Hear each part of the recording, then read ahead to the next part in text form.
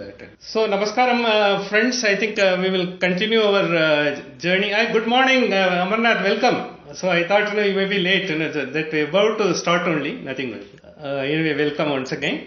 I think today we are going to see the essence of Isavasyoupanishad as it is, because we have seen a detailed exposition of all the mantras one by one.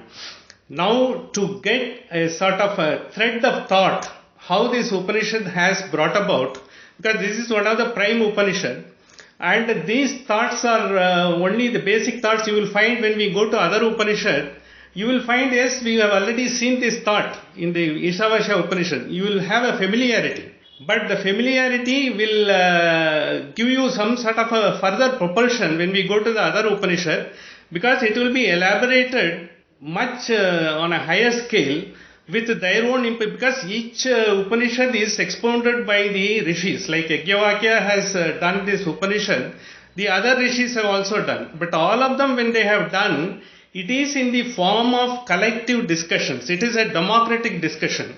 No one is prevented from asking questions. Everyone can ask questions. That is how it has come. But before asking the questions, everyone is brought to a sort of a basic denominator of a qualification to understand the words of Upanishad.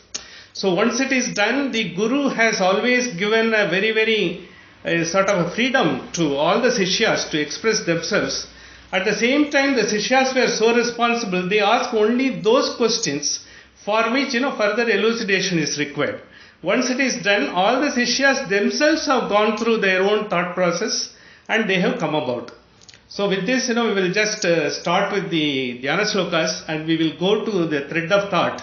Because with this, we will be coming to the end of Isavasyopanishad. Perhaps it is befitting, this Upanishad was extolled so much by Mahatma Gandhi. His first day is today. And not only that, we may be remembering the Lal Bahadur Shastri's birthday is also today. Lal Bahadur Shastri is one of the very enlightened soul. He knows, because he himself is a Shastri is the title, is the qualification he got from the Banaras in the Sanskrit University, because he is a master of Upanishads and all. He is a diminutive and dynamic force, which is embodiment of the Upanishad Saras. So we can remember those great souls, who have lived amongst us, and we will go for this Jnana. Om Shri Gurubhyo Namaha Parama Gurubhyo Namaha Srimad Anandatirtha Bhagavad Padacharyobhyo Namaha Narayana Paripurna Gunarnavaya Visvodaya Stititole Niyati Prataya Jnana Prataya Vibhuda Sura Saukya Dukkha Satkaranaya Vidadaya Namo Namaste Yo Viprimba Vipritamadi Prabhudan Vadan Rascha Kritavan Bhuvitatva Vadam Sarvesvaro Hariridi Pratipatakam Tam Anandatirtha Munivaryam Namami Pujjaya Raghavendraya Satyadharmarataya Pajatam Kalpavrakshaya Namatam Kamadenave Om Sahana Vavatu Sahanau Bhunaktu Sahaviryam Karavavahai Tejasvina Vatitamastu Ma Vishvidavahai Om Shanti Shanti Shanti Isavasyopanishadaha Adayagya Upanishadaha Shanti Pataha Om Purnamadaha Purnamidam Purnat Purnamudachyate Purnasya Purnamadaya Purnameva Vasishyate Om Shanti Shanti Shanti. Friends, this Isavasyopanishad has been taken as the primal Upanishad by everyone, including all the Neo-Vedantis and all the Acharyas. They have all taken that. This Upanishad has been expounded firstly because the first word, the Isha, because it was generally by the first word of the Upanishad only all the Upanishads are known. Like Isavasyopanishad is known because Isha is the first word. Kena Upanishad generally is known because Kena is the first word. And how this first word, it gives, because it all starts directly. It doesn't give any background or anything like that. It is just propels you into the process. So you straight away get into the sort of thinking and finding out the truth, what has been expounded in this Upanishad. This Isavasyopanishad and all those things, when we started, because why this Upanishad and all the Acharyas, whatever they have propounded, whatever they have quoted extensively from Vedas, other scriptures and all. But whatever this Vakyas, Mahavakyas or the Vakya, the Subhashitas, whatever they have said, to prove their point is from Upanishads only. The Upanishads are the one which gave the final culminated ideas of wisdom from all the Vedas everywhere. But it is not that it is not appearing in Vedas. It is appearing in Vedas. It is appearing in Samhitas. It is appearing in Aranyas. It is appearing in Aranyakas. It is appearing in Brahmanas. But then Upanishad is a sort of a consolidated wisdom that is coming about wherever it has been collected. Since some of them are part of Samhita, like this is Upanishad, that's why we call it Mantropanishad. It is appearing in the 40th Samhita of Shukla Yajurveda. And that is why it is called Mantropanishad, Yajnaya Mantropanishad. That is how, the Acharyas are also calling it. And Swami Vivekananda has given a very special emphasis on this particular point. And when, as Mahatma Gandhi has said, the first verse of the Upanishad is good enough, for the Sanatana Dharma to survive for millions of years. They have also taken first word is that Isavasyam idam sarvam yatkincha jagatyam jagat. That what it says is, it is given a full sweep, irrespective of the fact which part of the world you are in which desert or, whether you are, which language you speak, which creed you follow. It doesn't take anything into account. It gives a full sweep. It is the entire, it is the God's place. It is a deification. The world is not something to be denounced.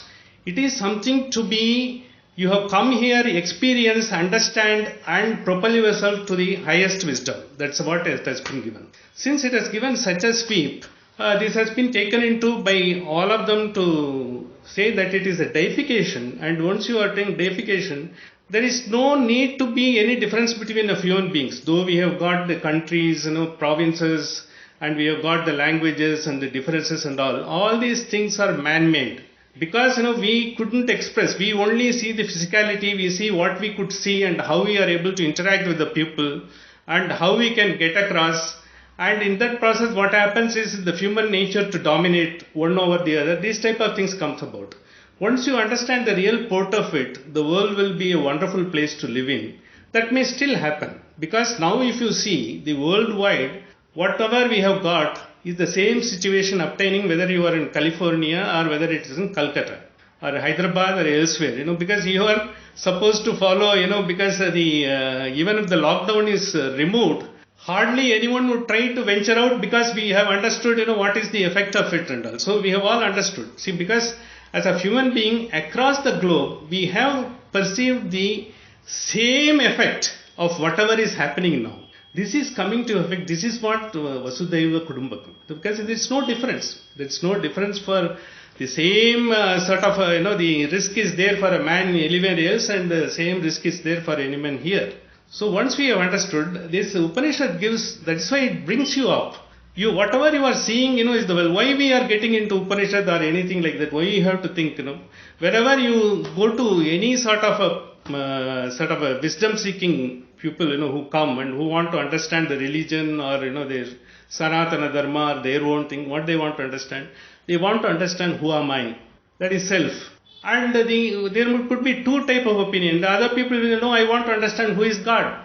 What is He want to do it? Because what God has to do with us and what I have to do with the God. What is the relationship? And what is this world? How we are interconnected? How is it relevant to me? See, these are all the questions that comes about. It is basically to answer these questions, whether you like it or not. There is a power, the primordial power that pervades the entire world. That is the first mantra says, Isavasyam idam sarvam yatkincha jagatyam jagat tena takyena bunjitaha makrita kasyasvidhanam. What it says, the entire world is dominated by Him. He has created the world and the world is also within Him. Like Virat Swarupa, His part is having it. And so therefore there is nothing, but whatever you are seeing, whatever you are experiencing, it all His. So when it is His, tena takyena, because then, because you live, whatever He has given it to you, you be content with bunjitaha. You continue with that. But the tena takyena has got another meaning also, because as we have seen, when we discussed the first mantra, so you will have to give it up. Give it up in the sense it is not that, because in earlier days, you will have to adopt it to the circumstances. In the earlier days, they used to go to forest and, they used to renounce everything. It is not that. you will have to share it. Whatever you got is not only your own. Assuming you've got more than what you need, this is required to be shared. The shared and because live with whatever you pick. Finally, it is you have to live. Whatever you are going to have is once the time comes, you have got a time to experience and enjoy. The time comes, you will have to leave it for others. Kasyasvitanam. Whose world is this? It is his world. The entire wealth, what is that? Whether you get gold or anything, it comes from the, as we have seen, it is coming from the earth only. The food is coming from the earth only. He gives. Supposing if there is a drought, you don't get the food. If there is a flood, you are not able to even access the food. Like whatever happens is happen, and this nature, Prakriti has been created by him, and the Prakriti is dependent upon him, and we are dependent upon Prakriti. Finally, we are dependent upon Prakriti as well as him. Finally, he is the primordial power who controls everything.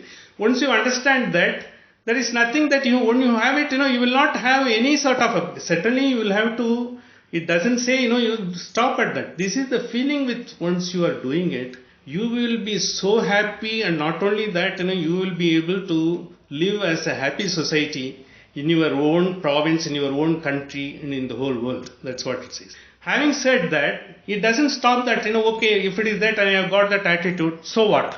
So what am I to do? Then comes the next mantra. The next mantra comes and it says, because you just don't stop at that. Kurvan eve karmani jijivishet shatam samaha evam tvai naneto asti na karma lipyate nara. See, when you do, you got the duties to perform. You come into the world. Once you come into the world, as a child, what you have done, your duty was to hang around and cry for food. Your mother has given the food. And then once you grow up, when you are able to work, you want toys. Your toys have been given to you. Once you are sent to school, I think you want to play, you do it. And afterwards, once you try to go for education, you want others and spend, you want that. It is being provided by your parents or whoever then, and God also gives His grace, gives it. When you are in an opportunity, you get it. Then you go for your own profession or your own service or your own sort of you follow some pursuit. Whatever you want to do it.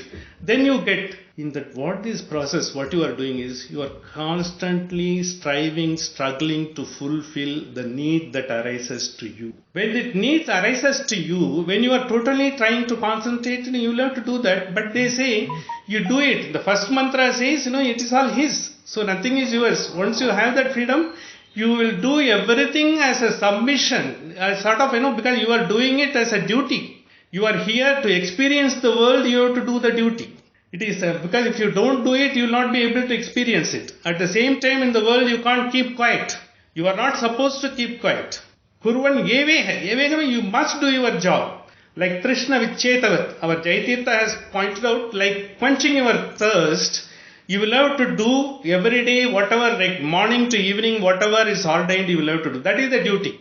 It's not necessary you are doing for some common purpose, your purpose and all. Because, you also have to experience this world. It is your duty. You do it. When you do that, when you are finally doing it, with this attitude, when you are doing that, you will be having the excellence will come to you. See, what happens, why we are not able to concentrate on a particular job and get the excellence? We are frittered away with so many things. Our sort of, the ideas are frittered away, our thinking is frittered away, and finally we are not able to concentrate. Once you are able to concentrate, you will find, you might have, because when you think of yourself, you will find, some of your achievements in your life. All of us must have achieved something or other. When you go and see why we are able to achieve, because you could concentrate, you could put full focus on that. You are totally able to keep yourself away from any of those things. Likewise, when you are doing do karma and submit it, that gives you the further proportion. While giving that, it is also as a mother, the rishis are also giving a warning in the third mantra. Don't just, because by doing the karma only, I get all these bandhanas and I have to do. See, if I want to keep myself away from all these things, I don't want all this trouble. The world is full of hassles. Why should I have hassle? Let me not do anything. Don't do that. Asuriya namate loka andena tamasa vrataha. That is what the next one says. Because by not doing, you are also doing injustice to yourself. You have to experience your world and you have got a duty to perform. See, as a student, you have got a duty to perform, learn. As a child, you have got a duty to play and enjoy the world, understand. So that, when you grow up, you will understand how the child has to be treated, how you have to interact with the child. And once you get into your profession, you have got an obligation towards profession. Or even following your own pursuit, you have got an obligation. People who are deriving the benefits of your profession or obligation. So you will have to do that. You can't keep away. By keeping away what that happens, then you are trying to sort of atmahatya, they say. Nahanyati, because you are trying to kill your own atma. Don't do that. At the same time, what they say is, by keeping away, because without understanding, by forgetting what the first two mantras said, you only get into the world, only getting accumulating the pleasures and materialistic things. That also doesn't take you away. Because you will never be satisfied. The goalpost will get shifted. Every time you go for point number 1, point number 2, point number 3, it will take you. You will be in a vortex. Once you are caught in the vortex, you will be sucked in. When you are sucked into this, and you will not be able to come out. That is the motherly warning they are giving it to us. Coming to the mantra number 4, what they say is the nature of God. Anejadekam manaso javiyo nainaddeva aptuvam purvamarshad. Because what that mantra says, he is faster than you are. He is here because he is all pervading. He doesn't have to go anywhere. He is here. But mano vegam, vayu vegam, when you said, because by mind, your mind may be traveling. You may be having something to do in Bombay, something and all. You may be going. But before you reach Bombay by mind, you would have been somewhere. He is already here and he is everywhere. So when it is there, what they say is even the deities, gods can't locate. Where is he? And it is like atom. If you see the atom, if you gauge the speed of the atom, you can't locate the atom. If you locate the atom, you can't gauge the speed. It is like that atom. So our entire Upanishad is based on Anutattva and Mahatattva. Anutattva is, you will not be able to catch what you think. And Mahatattva is so virat, beyond your imagination.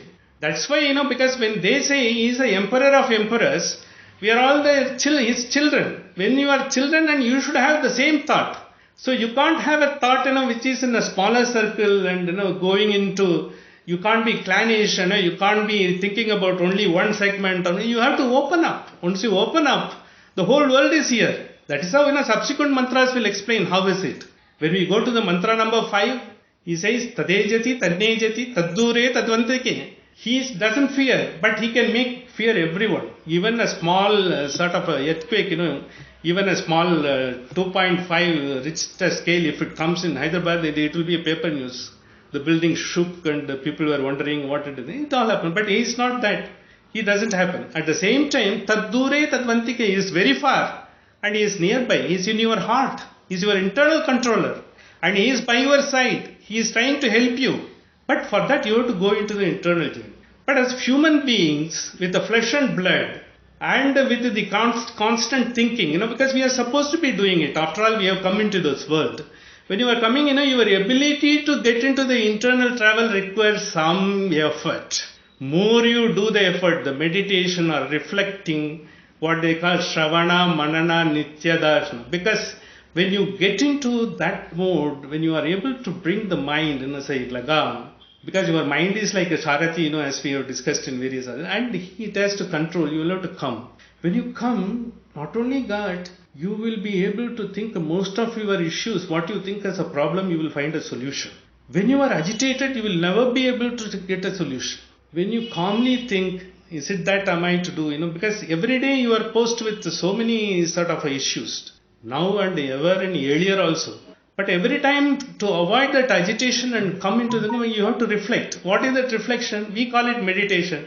You don't have to simply sit and do meditation at all. Even reflecting yourself, getting your attention, focus inwardly, and when you are able to see, you will find a blistering solution. That is the brightest solution. You will be all effulgent. You will be able to get a solution for your sort of problem which has been disturbing you for long. You will be able to do that. That, because very often that will come only by habit and practice, abhyasa, that will come. So that is coming. And this next mantra, in that context only they are telling. Then, yastu sarvani bhutani atmanyeva vinupashyate tato bhuta evate tamoto. Because when sarva bhuteshu atman, see, same atma who is the internal controller, he is there everywhere. That is why, the love thy neighbor thyself, what it comes. It is Vasudeva Kutumbakam. It is We are all, because his children, the same internal controller is there in the other person also. And once you are doing, you have got nothing to hide. You don't have to conceal. He does have the same power who is controlling him and same as mine. So therefore I don't have to fear. I don't have to put a barrier. I can just get across, because most of the issues happens even within the family or even within the circle where you are interacting, because all of us do have a barriers. We are not, because we are only just what lips says, it is not the mind says. What the mind says is not the heart feels. All the three, when they are coming in together, then you are able to focus. So this is exactly, because the Upanishad gives us how you can get across the life blissfully by finding a solution to your own issues and how to follow the perfect path. That is the next sloka, the seventh sloka, Yastu Sarvani, when they say, what they say is, okay, everywhere, the same Atma is there, same is there. And then what is because you will have to, once you have known that, you don't have to fear, and not only that, you will not be longing for anything. Assuming, because it is the same thing that is appearing, because till such time you want to get a new thing, you will get it. Supposing I want iPhone, I will try to get the iPhone or iPad, whatever it is. First few days, it is like you will be totally excited doing this, that and all. After a month, after two, because you will get totally bored with it, because that's not going to give you, fine. See, once you understand the nature of what you are longing for, you will not be longing for unless it is essential needed for. You will not be doing that. So you will long only for what is necessity. Because very often what happens by drishti, we get, everyone is having iPhone, they say it is that, why can't I get it? But what is the purpose of getting it, and what is that it is going to be helpful? Once you understand, if it is necessary, certainly you will get it. And you will use it for that purpose. That is exactly what they are telling. And the sloka number 8 takes you to the biggest concept, I think one of the finest concepts with Srimad Madhvacharya is quoted again and again, because it propounds. Saparyagak chukram akayam avranam asnaviram suddham apapaviddam. That one, which he says, because he is the word, because we have seen the nature of God and all. What is his nature? Sapargaya Shukram. Because Shukram is two meanings. He is brightest. It's Rajat, like silver. As well as the etymologically is without any sort of a shoka. There is nothing, no dukkha, nothing at all. He is always blissful. He is like Akayam. He doesn't have any human body like us. Flesh and blood it is not. Avranam. He is not limited by space and all. He is everywhere. Like they give, all the negative things first give. Then you coming to the second line, Kavir Manishi Paribu. Kavir Manishi is, Kavi in the word, when it is used in Sanskrit, is one of the highest evolved wisdom. Kovidaha, what we have seen. Kovida is Kovidaha. He is embodiment of every knowledge, everything. Finally he imparts to you. That is why he is having a compassion. He is compassion on all his children. He wants to help them. Kavihi, Manishi. He is full of effulgence and he wants to help. He wants to impart wisdom in us so that we can follow the life, as we do. And he has got a achintya, yata tatyato, because he has created, yuga after yuga, kalpa after kalpa. He has created in the entire world. He has created the sun, moon. He has created all the nature. Everything he has given it. Assuming even if the sun is 1 degree little different, we will all be burnt to ashes. But he has kept it at the exact subtle. It doesn't go off, don't go here. Even with the climatic conditions, we say, we are feeling the heat of the sun. It is because our own making. But he has created the perfect world. He has created the sun at the exact location. He has kept the moon at the exact location. And when it reflects, the rays reflect, and we also get the energy and the posha. We will be seeing it later also. We have seen that. So he has got the achintya shakti. Once you have got the achintya shakti, he is trying to give it. And he is always with compassionate, helpful, and trying to find out to you only thing you have to propel yourself to your inward journey. Because with this body, mind and intellect, always we will be drawn towards this world. Experience is certainly required. From there only you will get the knowledge. Experience alone is not the knowledge. So from the experience, what happens is to us not the knowledge. What we learn from that is knowledge. Because there could be so many sort of happenings that must have happened in life. I can't crib, that happened to me. But what I have learned from that, that is more important to us. That adds to my wisdom. So once that is wisdom, once you have understood the nature of the God, and he is real, and he is doing the world is reality. Every yuga after yuga, kalpa after kalpa, it has been created for us to experience the way we want to and absorb the knowledge, so that it is going to help us, not only help us ourselves, help, we will be of help to the family around us, society around us, province around us, and the country around. And then we are coming to the next, the 9 to 14, the paradox, which comes, having known that the Upanishad tells, the teacher and the Sishyas, when they discuss, well, we have known that how we go about, because understand Vidya and Avidya and all those things we are talking. The knowledge, basically we are supposed to be, why we are taking to the knowledge, why we are getting it, because till such time you open a book or a mechanical engineering or anything like that, till you are introduced to the concept, we don't know what is that concept. That is ignorance. Till such time we come to know what is new. That is ignorance. Ignorance is not something, because all of us can. It is what, till such time you have taken effort, till such time you get the grace of the God, till such time you get into the depth of it, the ignorance is there. But once you get into it, slowly it goes off. And likewise, because the teacher, removes part of it and you try to understand over a period of time.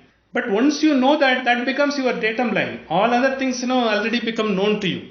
Your ignorance is no longer there. Still, when you have to know something more, then that becomes, because a new thing that you don't know, becomes ignorance. It is a continuous cycle. The ignorance is not something in one stroke you will be able to take it away. It is a continuous process of refining yourself again and again and again and again. There is no end to it. That is, finally, once you get full refined, then you will not have any sort of a longing for anything, nothing, because you will understand, that becomes the bliss. If at all you want to call moksha and jivan mukti, that is the moksha.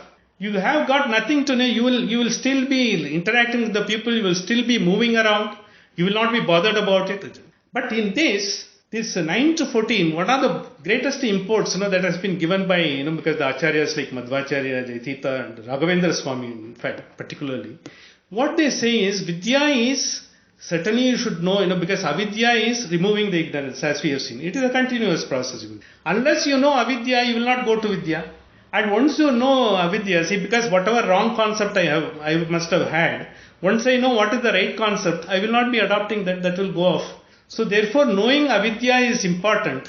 And then, then vidya will also help. Both of them are needed together. Avidya alone will not help you, because that will help you to get the vidya. Once you get the vidya, you should continuously be aware of what is avidya. And it also gives the greatest responsibility once you know, once you come across someone is having avidya, it is not necessary he has to come and ask you. You on your own will have to give and remove and the avidya. Because it is a bound and responsibility of every guru. He has to, whenever he sees something, whenever he listens something, he has to immediately remove that. But very often what happens in the world and when we are in particularly in our country, knowledge is kept as some sort of a secret. So when that knowledge is not given to others and all, the ignorance of best part of the society, and one of the things why Upanishads have not become popular, that is what Vivekananda has taken it as a great, sort of a duty to bring about Upanishad, the Bhashyas everywhere, English, Tamil, Bengali and all. Because the language of the Upanishads are that time of the language. They have done it. And we should understand one thing, all the Upanishad teachings are more modern. And in fact, we all look like pygmies. We all look like barbaric people. But Upanishad takes us to the highest level. Our thoughts are like barbaric. They are more civilized. And every time you take a Upanishad, it is new. It grows on you.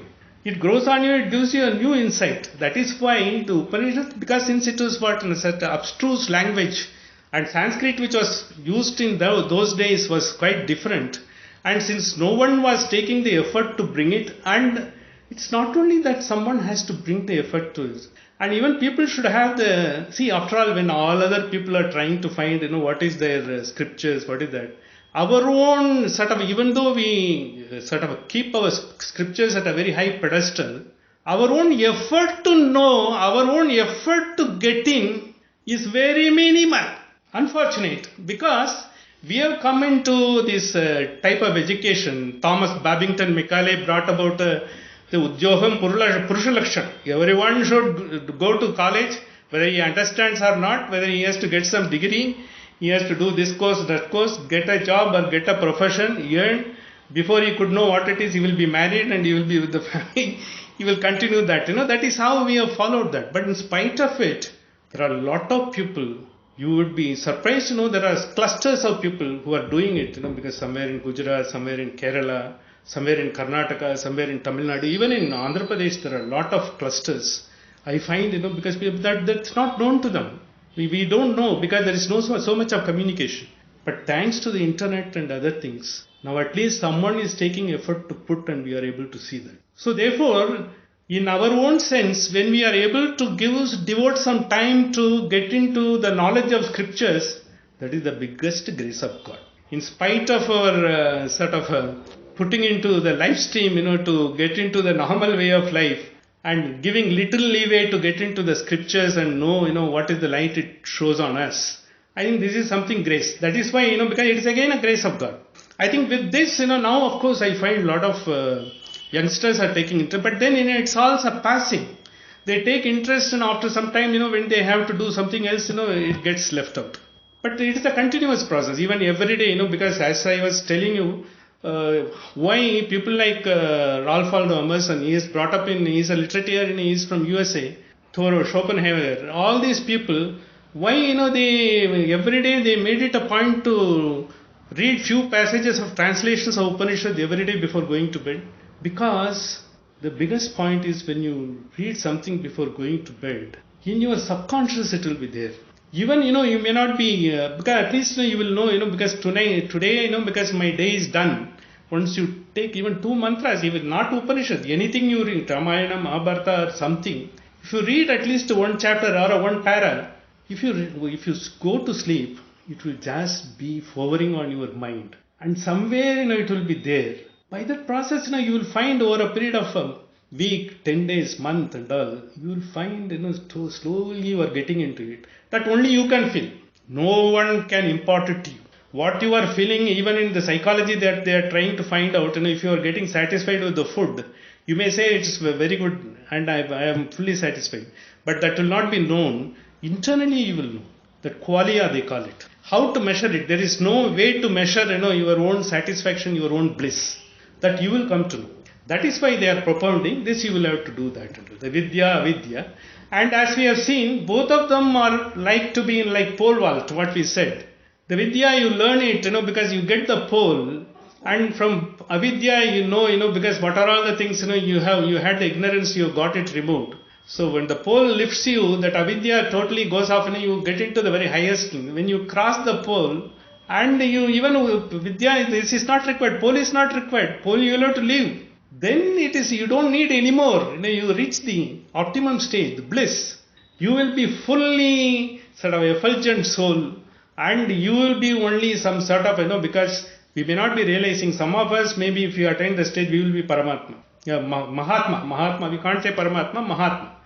That is how, why Rabindranath Tagore has got called Mahatma Gandhi Mahatma, because he was going through all the Upanishads. He was writing all the things. When he got, because the Nobel Prize also for his work and all, he was totally, when he saw all these qualities, by and large he was able to see and follow. That is why he called him Mahatma.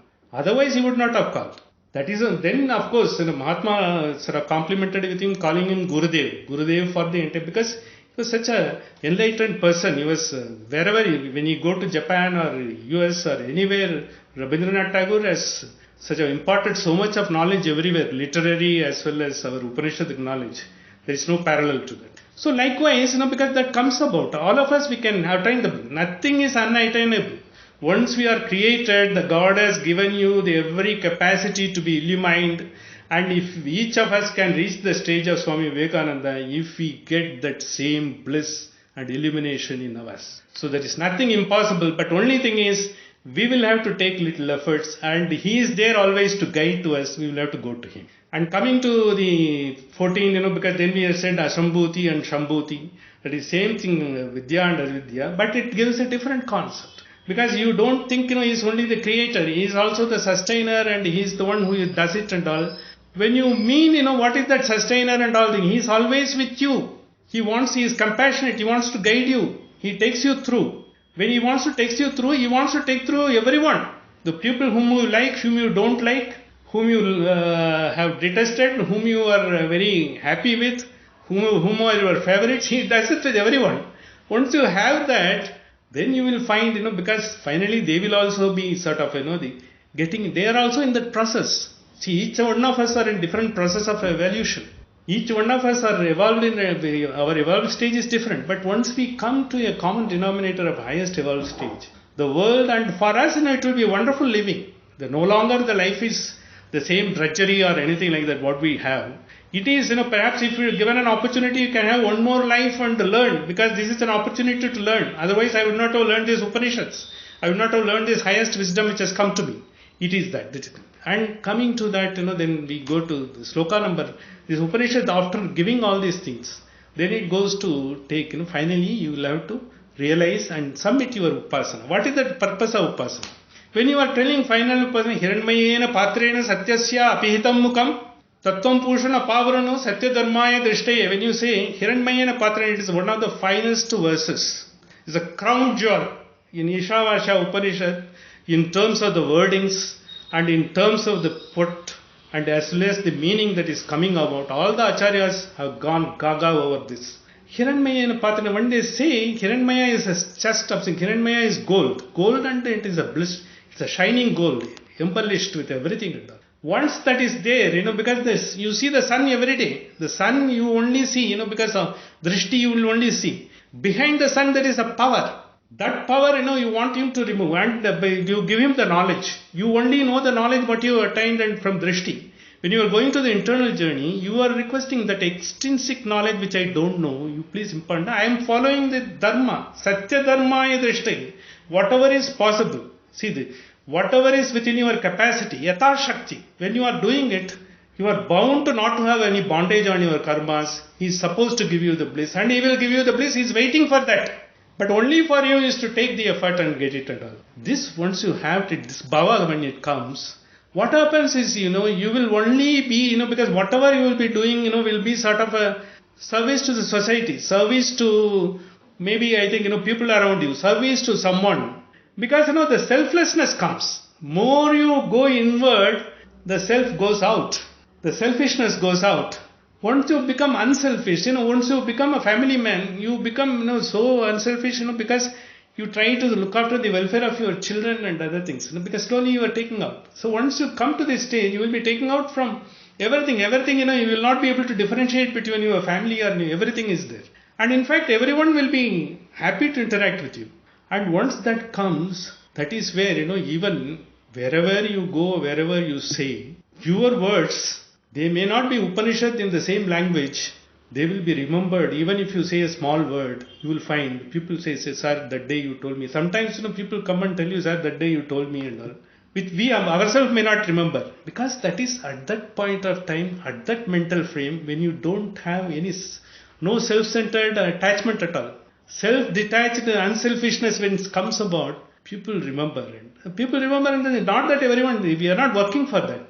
That becomes an innate quality. It's just like that. Like when you take water, you quench your thirst. Trishna vichetagat. It is coming to that. Then coming to the next one, because we are praying to the next slokas, Prajapatya, Poshaka, Prajapatya, and all those things we are telling him. And you just give me, whatever I have done this. And you show me your final effulgent into me. Not only because just I want to understand that, by doing that, I will not have any further ignorance that will be coming over to me. I will just get this, at this stage. This is what, that sloka number 16, and this is Pushan Ekarshe Yamasurya Prajapatya Vyuharasmin Sabuha Tejoyate Rupam Kalyanatam. See, you are a Kalyana and Surya is Kalyana. You are a Kalyanatam, the highest auspicious quality. When that auspicious quality, when you mean it, no taint. When you mean no taint in the sense, your thinking will not have any taint. You will not be thinking anything untoward to anyone. Nor you will be thinking anything sort of favorable to you also. In fact, there was one particular instance, the one Swamiji was mentioning. In Himalayas, he was sort of, having, he has to undergo, certain, meet, certain sannyasis, and he has to learn. He was going there. He's a Ramakrishna Math Swamiji. His name is, in fact, Sarvapriyananda. He is there in US now. So he, in Gomukh, where, the Ganga starts, he went there. There is one sannyasi. I think he is from northern part of this one and all. And sannyasis, because normally in south, we are all little puny and weak. And that sannyasi was very well built and just, he was sort of, looking very, he doesn't, he is not fasted or anything like that. He's just like that. But he's very highly enlightened person. So one day, because there was the local, that Samiti, they are organized one doctor, at least once in a month or once in a quarter, they will go and meet all sannyasis. They were also doing research, because how this meditation helps. And if sannyasis really have any problem, they can be attended to. Because old age, some of them will have cataract and all. So they will not go to the hospital and all. This mobile unit goes and does for them. So this doctor went there. The doctor was very puny and weak, it seems. And the sannyasi was very well built. The doctor asked him, Maharaj, aap kya kahte hain, aap itna mota hai? He said, Aham dukh ko, sab आशा को खा लेता हूँ, इसलिए हम मोटा हूँ. आशा और दुख आपको खा लेता है, इसलिए आप वीक है. He said, because I am eating out then, and that eats you, that's why you are weak. So jokingly he said, it seems, this is the level of bliss. Once you attain the bliss, you will not have any sorrow. You eat away that. Perhaps you will be more healthy. And then that is the bliss he was telling, it seems, because that is how normally when you evolve to that stage, you don't get into people, once you evolve, you will find they will be dealing with all sorts of persons. See, for us, we may be able to deal with some people, they will successfully try to irritate you by asking questions or something, which is not relevant and all. But these people will never get irritated, and they will also suitably sort of protect themselves, and that fellow will stop questioning, because they know, because that will come only when you get into that stage. So till this time we don't get matured, this will be the normal way of life, we will be doing it. Now this is a wonderful episode he was telling that. And the same thing it is coming. Once it is coming to that, the Mukhya Prana, because the 16th sloka itself, I think Prabhupada was also telling, because it was separately explained. Yo asavaso purusha sohamasmi. It is part of the 16th mantra only. But it is taken about yo asavaso purusha sohamasmi. Because this is the word which has been used to aham brahmasmi and all those things. But the import of this entire word given is taking the rules of the grammar of Panini and all. Aham means aheyam. Aham means not only it is me. That's what aham vadati, aham namami, aham vadami, aham gacchami, all those things are there. Aham means aheyam. Aheyam is the one which can't be separated from you, the Atman. The Atman is the internal controller. His seventh sense, Sakshi. He is watching you as well. So that Aham so must be. But what happens, because that entire thing you are able to do, feel that, till such time prana is there. Aso is Mukhya Prana. The Mukhya Prana is there and he is able to keep you and understand, that Aham, that once you makes you feel Aham, he is Ahe. Not the Aham means it's not me. The one who makes me feel Aham is the Aham. Asmin Asmat Antaryami. What is inside me, because in this Antaryami who is the controller, that is it. So that is the port of it gives. Basically it gives, the Mukhya Prana is the one in which he is resident. And that prana when it is there and when you are able to do, that gives you the feeling, you are able to realize that I am. You are able to identify your body with you. And once the prana goes, I think all of us, the Linga Sharira will not be there, but soul will be there. But because this is the teachers and Shishya they decide, this is how declare, and this is how yo asavaso sohamasmi. Sohamasmi, once it is there, and because once you understand him, there is no way, it is only finally bliss. Then we are coming to most important mantra, the mantra number 17. Vayuranilam amritam madentam basmantam sariram. Om krtosmara kritang smara. Om krtosmara kritang smara. Twice it is repeated. Vayuranilam, because when the Sishyas and when they discuss, Vayuranilam amritam, Vayuranilam in the sense, Anila is again, because The prana we have seen, it's also another name of Vayu. Vayu Anilam, he doesn't have any Saranjeev, he doesn't have any, Mukhya prana is there. So he doesn't go off. When the prana goes and it goes to, it is staying, the soul is released and the prana goes where it is going, he is having, he doesn't go off. Only the body gets into the Vayu Anilam, Basmantam Sariram, this linga, because ashes to ashes, earth to earth, dust to dust, the body goes off. But one should do that only when you are able to finally get that bliss. Because that the soul is able to see what exactly you are getting into that. That is why, because you are always praying to him, Om Kritosmara, Kritangsmara. You are praying to because look, now I am leaving this body. I have done. You asked me to experience, you allowed me to experience your world. It's all your property. I have come here and I was a resident. And as far as I am resident, whatever I have to do, I have done. I have done some, based on what your grace and what you have given to me and your world, I have done some deeds, which may be good, please remember. If I have done something bad, blemish, compassionate me. This is what, the Sishya, which will have to ask for at that point of time. That is what they say. When you do, because finally when you are making this sort of submission to the Almighty, when you are doing, look, I am here and I am not doing anything at all. Nothing is, I am not going to carry any of these things with me, and I just want to live as it is. The body also I am leaving it to you. And of course, there is one more interpretation is there, because you have got Annamaya Kosha, Pranamaya Kosha, Manonmaya Kosha, Vijnanamaya Kosha, Anandamaya Kosha. All those koshas are also given to you. You don't have to give. Once you have made this submission and he has taken it, Matarishva, because he has taken it, and he has submitted Hiranyagarbha, because in Advaita philosophy, Hiranyagarbha has got such a primordial position, he does it. And you do that, you submit and you get away with that. That is all. And that is why I say, once you understand this concept, you will not be longing, you are here, as a tenant. You have been asked to, because in Tamil, one famous song is there, Iraval Tandavan Ketkinran, Adi Ilayendral Avan Viduvanan. In the sense, he has given you, he has given the gratis to you. You come here, experience that, accumulate the knowledge, be good. He is trying to help you. He is compassionate with you. Going that and leave it and he will take care of it. You make a submission, because based on what you have given me the grace, I have done something which may be good. Please remember that. If there is any blemish, please forgive that. Be compassionate enough and give me the bliss. The last verse, which goes to the Agni, because it's a prayer to Agni. Agni is very important. Last time itself we have seen, how Agni is so important. Even the Rig Veda starts with the first mantra of the Agni invocation. And not only that, the Bhumi is having Agni Tattva, even the cosmos is having Agni Tattva, even Surya is having Agni Tattva.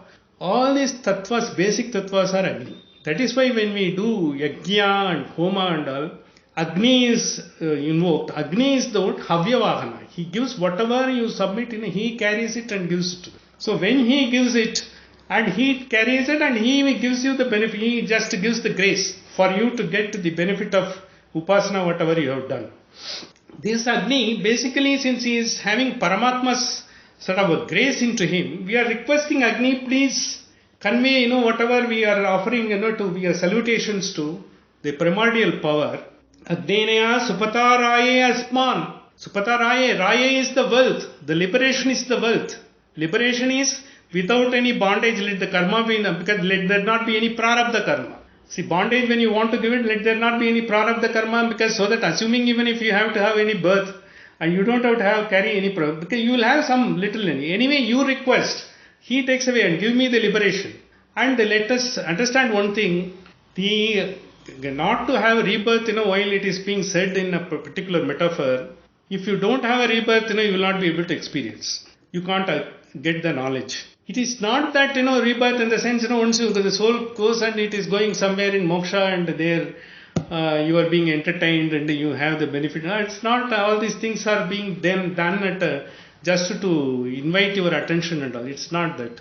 The moment you bless, that bliss once it is there, wherever you are born, wherever you are born in, because even some other country, in some other form, in some other capacity, that is how we will find the greatest leaders. Because Nelson Mandela must have been one such soul. He may be, I think, how many people are there of that quality. So likewise, because there are so many, anywhere you are born, for us, that's why Vasudeva Kudumbakam, anywhere, because we may be born in We may be even extraterrestrial soul also. If he asks us to be born in some other sort of a universe or some other galaxy, we may have to take that, because he will do it with a purpose for us. There also it is his world. We will have to experience that and give it back. This is the idea behind that. So with such a broad canvas, why they have given is, don't have limitation. Your mind is capable of transcending all the limitations. You don't be confined by the terrestrial limitations, what you are seeing, experiencing and understanding. You go beyond that and transcendental experience. Transcendental experience is anything. You think of anything, you go anything. You can think of a moon and what is there in the moon. Perhaps, you will become a NASA chief scientist someday, because then you will think of that and all. Because, that gives you the wide open, we are not limited by our body. Because we have got something is inside. That you will be able to really experience that expanse. The vast expanse which you are potential, which you have got the potential only by going to the inward journey. All the Upanishad propel you in to get to that. They want you to see you as the most illumined soul. You want you to see the most evolved soul. You want you to see the most determined soul. The choice is yours. Are you willing to take it? That is what Upanishad tells you, and leave it at that. They have given enough choices to us. It is for us to pick up the choice and take it. And with this, because perhaps, when you have it, through you, so many hundreds or thousands, they will get the benefit of it. Proliferating. It is proliferating like infectious. It will go everywhere. Even the very presence of you, even few words you speak, it will go like a dot. It will go like a missile. It doesn't have to be there. And we will be having the benefit. As the Upanishad says, it is our bounden duty, whenever we get an opportunity, to impart this knowledge to anyone whom you think deems fit. And as well, if you observe something is going not correct, it is our duty to correct it. We can't say it is his funeral. It's not that. It is our one's funeral, the entire world's funeral. We can't take it like that. Don't go away then. It's such a concept. Therefore, you are here to help and get the help, and grace of the God is there. And let us all become very highly illumined. Let us go into that path. Our journey has taken us so far. We'll go further into this. And Isavasyopanishad is just they have given some sort of a bullet points. See, in one Pandit Satvelkar, he says, there is one Brihadaranya Upanishad is there. Brihadaranya Upanishad is so big. Suppose, if we are trying to discuss Brihadaranya Upanishad, it may take more than 52 weeks. So when someone asks you what you are discussing, you will always be telling, I am discussing Brihadaranya Upanishad. It's so big. Brihadaranya Upanishad. And they say if you are trying to go alone, you will be lost. Brihadaranya, like you go into the forest and lost. That Brihadaranya Upanishad itself is the running commentary on Isavasyopanishad. So Pandit Satvelkar, he was one of the biggest, renowned Pandit, from Pune in last century. He says like that. All other Upanishads also, they take the points of truth that has been propounded in the Isavasyopanishad and take it to the further heights. That is what it is there. So with this, we will come to this conclusion of Isavasyopanishad, the essence of it in a brief and all. So the next week we will be taking up a new Upanishad. I think it will be Keno Upanishad. We will go for that. Isha and Kena, they are by and large, because in a logical sequence, people have followed. And not only that, because if you see any of there is a Carnatic song praising Shankara, in that Isha, Kena, Bhashya Virachitam. That is what they say. Isha, Kenadi, Bhashya Virachitam. The other Upanishad they don't mention. Isha, Kenadi. All other Upanishad, Bhashya Virachitam. That's what they say. And the same Bhashya, because same Upanishad, see, Ramanujacharya followers have done, because like Vedanta Desika he has done. Like in our, the Madhvacharya also Dvaita he has done. And Madhvacharya's Bhashya, Jaitirtha, Vadiraja and Raghavendra Swami. Raghavendra Swami, I think, is such a great scholar. The scholastic attainments are not so well propagated or understood by people. It is only sin to be believed. He has put it in such a simple language. Because for us, because I am still novice, I am trying to find, what exactly is this.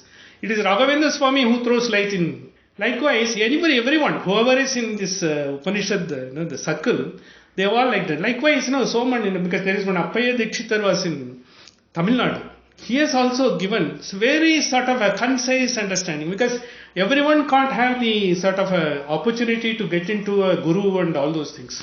So likewise, these Mahans are there. We will all follow this great Mahans, whatever they have said. And next week we will be having a curtain raiser for Kena Upanishad, because that Upanishad has got a particular way of putting it. Because all these Upanishads, some of them are Padya, some of them are Gadya, some of them are Prashnortha, because it is only asking question and answers, and some of them are metaphors and similes. So we will have to understand each one within their, that framework in which it has been said.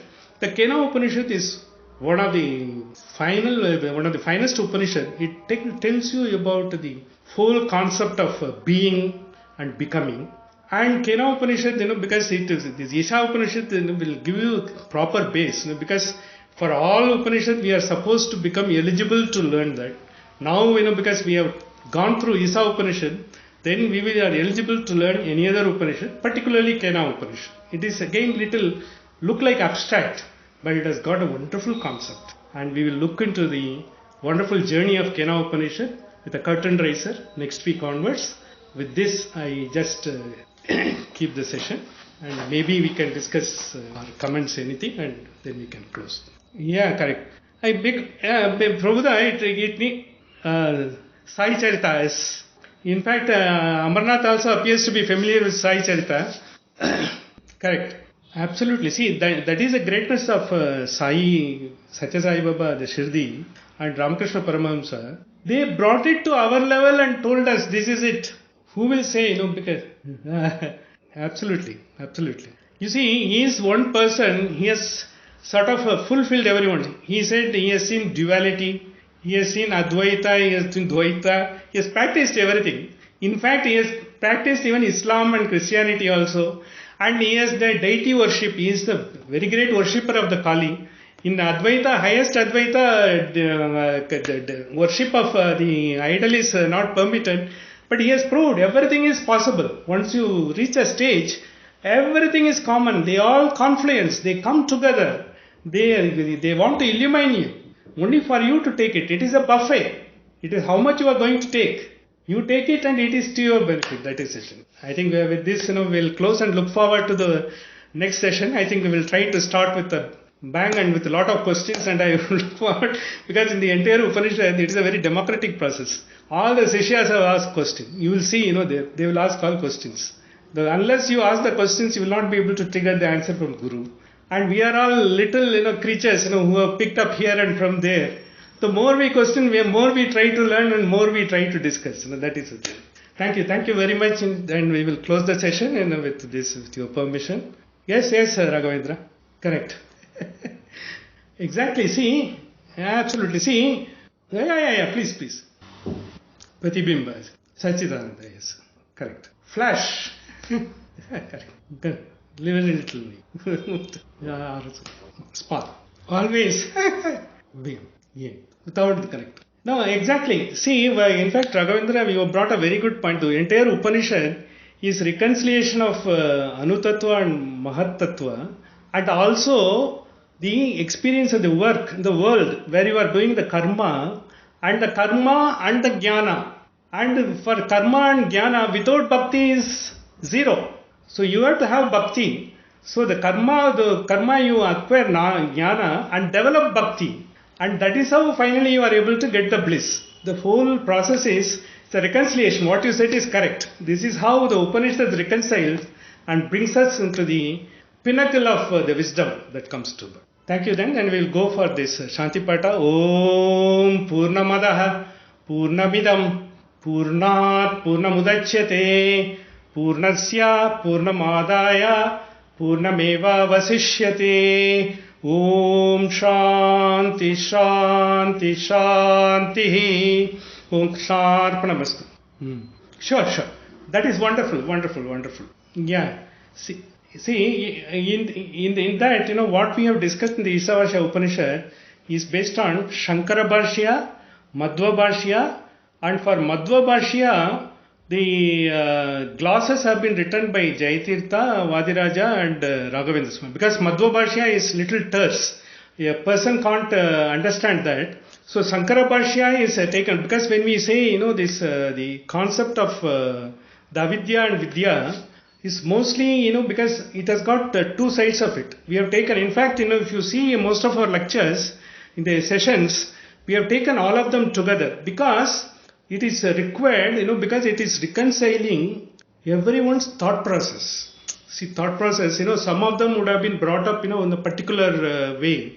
And then they also say that Hiranyagarbha, when we mean, it is basically Shankara Bhashya. Matarisva means it is a Madhva Bhashya. Hiranyagarbha is the one which finally responsible for Vyaktitva, who creates the world, who does, the entire the process of cycling and all. And finally, he also doesn't have an existence once the Yuga is over, Kalpa is. So is Matarishva. Matarishva is again Mukhya Prana, what is being considered. And they also, but then next Yuga, they again, have got the full potency. They all come with that. This is basically on that. I think maybe if you see the earlier one, and we are covering all the Bhashyas. When we cover Kena Upanishad also, it is Sankara Bhashya, Dvaita and Visishtadvaita, wherever, we have got, because like Visishtadvaita, it is Vedanta Desika's commentary, because Ramanuja's direct commentary is not there. We are taking from there and putting it. Thank you very much. Wonderful. Have a nice weekend. See you tomorrow anyway, for this.